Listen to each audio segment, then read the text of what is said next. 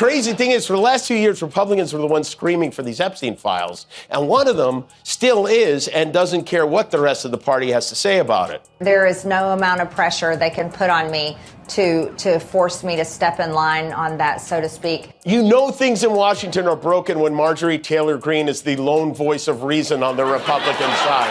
I mean, what is going on?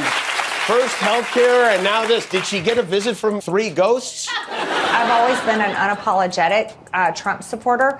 I was one of the very few that stood with him after January 6th, fought for him all over the country and helped him get reelected. Spent millions of dollars out of my own campaign to do that.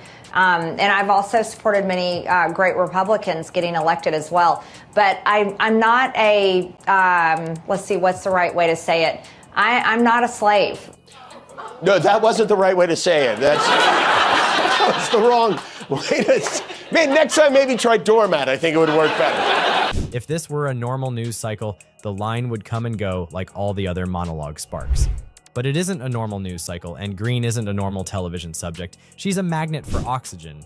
Within hours, she declares that she has reported Kimmel to the U.S. Capitol Police for a threat of violence, not a stern quote tweet, not a lighten up post, a police complaint over a joke.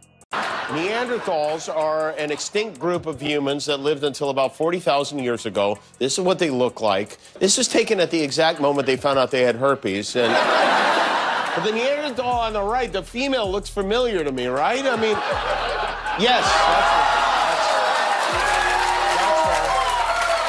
right. I guess she's a viewer because she reached out on Twitter. She wrote, "Hey, Jimmy Kimmel, since most of your show content is your nonstop lies about me, why don't you have me on your show? I'll bring you a copy of my book, and we can chat about what needs to happen to save America." I guess I'm a Hollywood libtard that's part of the celebrity pedophile Satan club until she has a book to promote. And she decided she's going to try to get some political mileage out of this. This is what she does instead of working. She tweets. After she saw it, she tweeted, "ABC contacts my employer. This threat of violence against me by Jimmy Kimmel has been filed with the Capitol Police." She called the police and reported this. Picture the week of April 5th, 2022.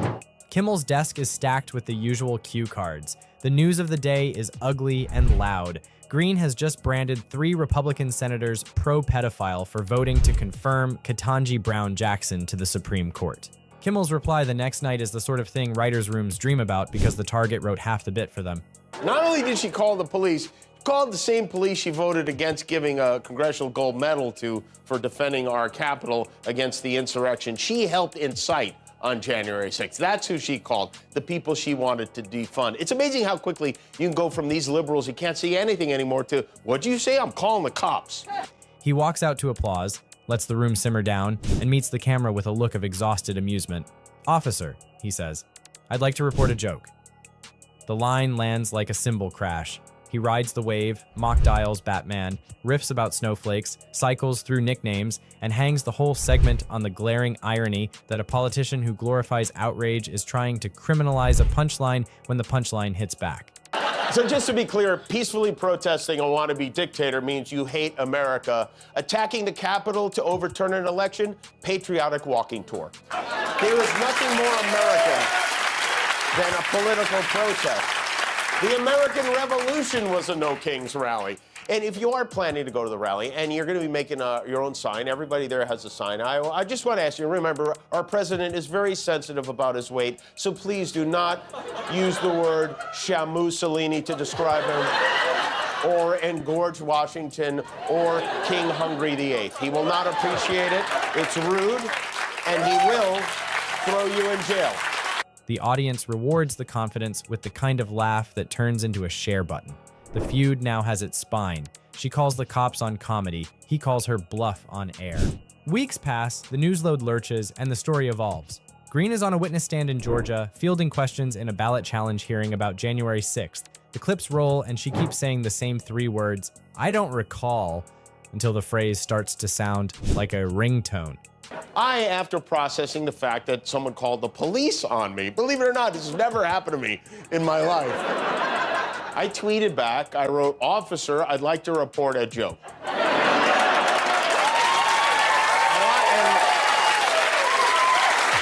A lot of people liked it. They hit like, which triggered her, I guess, the sweet little snowflake, because she tweeted again. At the same time, the relentless bombing of the Palestinian people, and many of them have been just innocent people.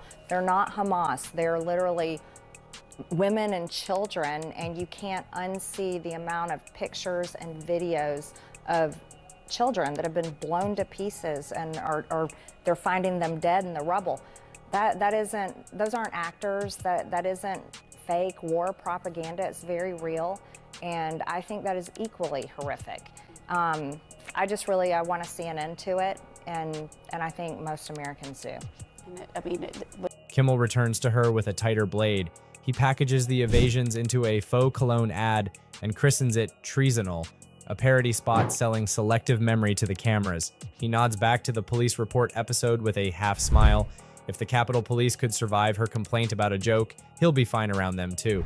The sequence works because it ties two instincts together: the appetite for spectacle when she's performing on friendlier turf, and the sudden fog of amnesia when the venue expects answers under oath. In which she used a clearly doctored photo that makes it seem like this guy who's in charge of U.S. fencing was giving the middle finger, when in fact he was holding up two fingers. Here displayed behind me is the post that Mr. Lefelt put up. Mr. Lefelt came in here today saying that this is game day. One moment, a point of order, please, You're Madam Chair. not. Okay, Madam what is Chair, your order? I have a point of order. The document that you have up behind you is a misrepresentation of the actual post. It appears that you're trying to misrepresent a witness here who you use subpoena powers against. This is not, Miss Stansbury. Miss Stansbury, this is not a point of order. The actual picture. Miss Stansbury, you're not recognized. Miss Greene remains the elected arsonist who sets rhetorical fires and then poses with the hoses. Kimmel remains the host who smiles at the flames and hands the audience a bucket labeled common sense. He doesn't swing for the epic takedown.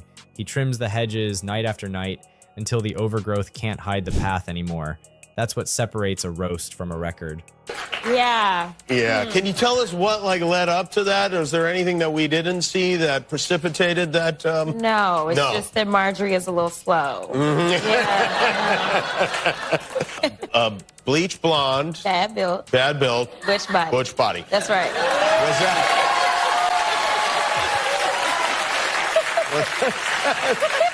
It's so good.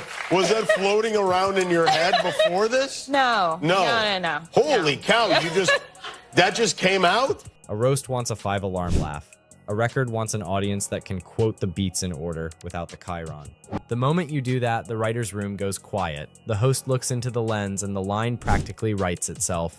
Officer, I'd like to report a joke. The rest is just the sound of an audience remembering that laughter, properly aimed, is not a crime scene. It's the exit sign.